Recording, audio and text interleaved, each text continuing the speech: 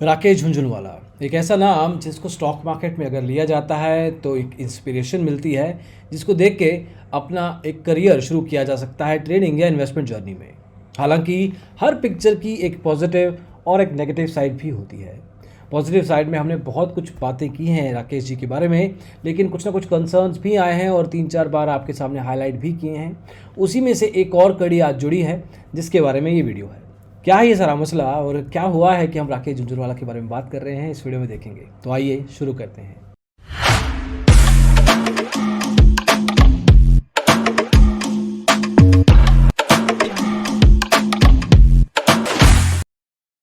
तो दोस्तों, ये तो हमें पता है कि अगर आप स्टॉक मार्केट में कुछ ना कुछ करते पकड़े जाते हैं, अगर आपके पास ऐसी कोई इन्फॉर्मेशन है, अगर आप इनसाइडर ट्रेडिंग करते हैं या अगर आप कुछ ना कुछ लेवल पे क्रिएट करते हैं ऐसा चीज़ जिससे आपका फ़ायदा होता है डायरेक्ट या इनडायरेक्ट, तो आपको पेनल्टी लगाई जाती है और उस पेनल्टी में सेटलमेंट करके आपका काम रफा दफा किया जाता है।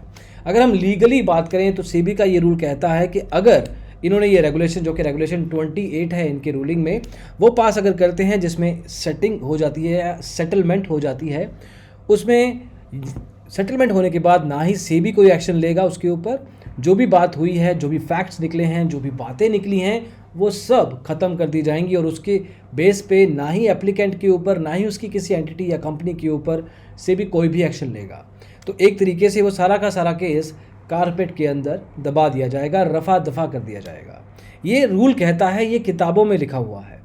तो इसी रूल के तहत राकेश झुनझुनवाला जी की एक कंपनी है जिसमें इनका स्टेक है करीब 24.24%। एप्टेक कंप्यूटर्स नाम की कंपनी है। एप्टेक ने काफ़ी पुरानी कंपनी है और ये शुरू में एजुकेशन में थे और अभी जो ये दिक्कत हो रही है वो हुई है कि इन्होंने प्री स्कूल एक नया वेंचर शुरू किया था जिसमें प्री स्कूलिंग में एप्टेक कंप्यूटर्स एंटर करने जा रहा था एजुकेशन के डायरेक्शन में। ये इन्फॉर्मेशन का इस्तेमाल इन्होंने गलत तरीके से किया मिस्टर राकेश झुनझुनवाला ने।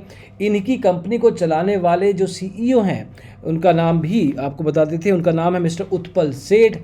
इनके अलावा इनकी बीवी रेखा झुनझुनवाला, इनकी mother, so there are too many people involve, जिसमें राकेश झुनझुनवाला के भाई राजेश कुमार हैं, बहन सुधा गुप्ता हैं, mother in law Sushila Devi Gupta हैं। ये सब लोग इनके साथ शामिल थे और एक तरीके से इन सब ने मिलकर पैसा चुकाया है। अब कितना पैसा दिया है ये भी सुन लीजिए। राकेश झुनझुनवाला ने खुद दिए हैं 18.48 करोड़ रुपए। उसके अलावा उनकी बीवी रेखा झुनझुनवाला जी ने 3.19 करोड़। राजेश कुमार झुनझुनवाला भाई हैं, इन्होंने दिए हैं 2.46 करोड़। सुधा गुप्ता जी ने 1.02। Sushila Devi mother in law हैं इनकी, उन्होंने दिए हैं 1.63 करोड़। उस्मा सेठ सूले ने 1.07 और उत्पल सेठ जो क्लोज एसोसिएट हैं, पहले भी बताया आपको, 67 लाख रुपीस। इसके अलावा कुछ और लोगों का भी नाम है। मधु वदेरा जयकुमार 1.68 करोड़। रमेश दमानी जिनका नाम आपने शायद सुना होगा 6.21 करोड़। ये अच्छा खासा इतना से पैसा दिया है पेनल्टी के रूप में। और चुग योगेंद्र पाल ने दिए हैं 84 लाख रुपए।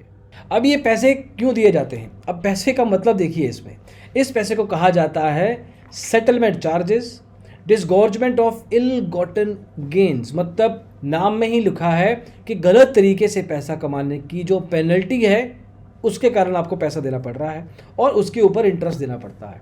तो एक तरीके से क्लियर एंड कट पॉइंट होता है कि आप इस केस को आगे मत लेके जाइए और आप उसके एवज में हमसे पैसे ले लीजिए। और हम ना तो मान रहे हैं ना ही हम मना कर रहे हैं, सो मानना भी नहीं है, मना भी नहीं करना है। जो भी चार्जेस होंगे उनको आप रफा दफा कर दीजिए और डिसगॉर्जमेंट ऑफ इल गॉटन गेन्स, गलत तरीके से पैसे कमाने की पेनल्टी आप हमसे ले लीजिए।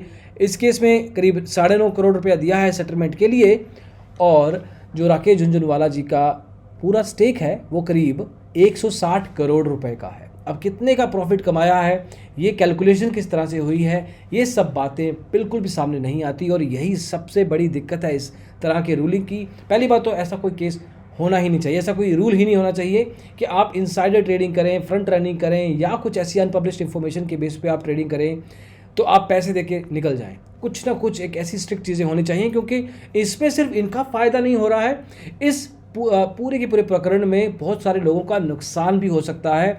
और जो लोग इतने हैवी लेवल पे पैसा नहीं कमाते, रिटेल ट्रेडर्स हैं, छोटे निवेशक हैं, अगर उनका डायरेक्टली या इनडायरेक्टली उनको थोड़ी पता है कि उनका नुकसान इस पर्टिकुलर केस के कारण हो रहा है, क्योंकि इस केस को तो 5 साल हो गए हैं।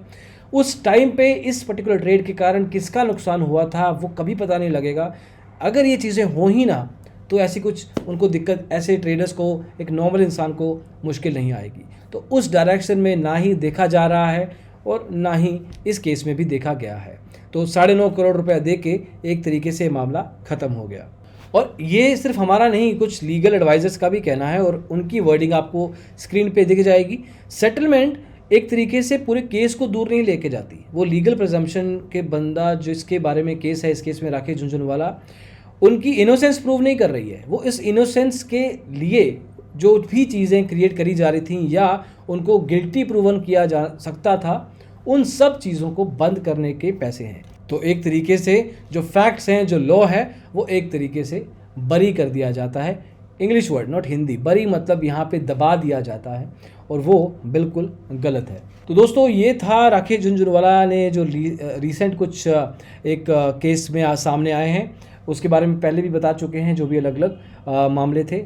आपका क्या एक तरीके से इस पे कमेंट है वो ज़रूर बताइएगा। आपका क्या सोचना है, ऐसे तरीके के केसेस में क्या आसानी से छूटने का प्रावधान जैसे अभी है वैसा ही रहना चाहिए, या there must be something really strong in the system that people who are trying to play with the system, इनको ऑलरेडी पता है कि पैसा दे के हम छूट जाएंगे, ये चीज़ें हो ही ना, ऐसा होना ही नहीं चाहिए इन द फर्स्ट प्लेस। कुछ ना कुछ एक पेनल्टी होनी चाहिए, जो कि कुछ जेल टाइम होना चाहिए या समथिंग बिग, या जो वो पेनल्टी का अमाउंट होता है वो अच्छा खासा 5 टाइम्स 10 टाइम्स होना चाहिए जो भी उन्होंने पैसा इल्लीगल तरीके से कमाया है। लेकिन अभी के लिए दोस्तों बस इतना ही। अपना फीडबैक ज़रूर बताइएगा। अगले वीडियो में जल्दी ही मिलेंगे। इस वीडियो को देखने के लिए बहुत बहुत शुक्रिया। Thank you so much. Take care, bye bye.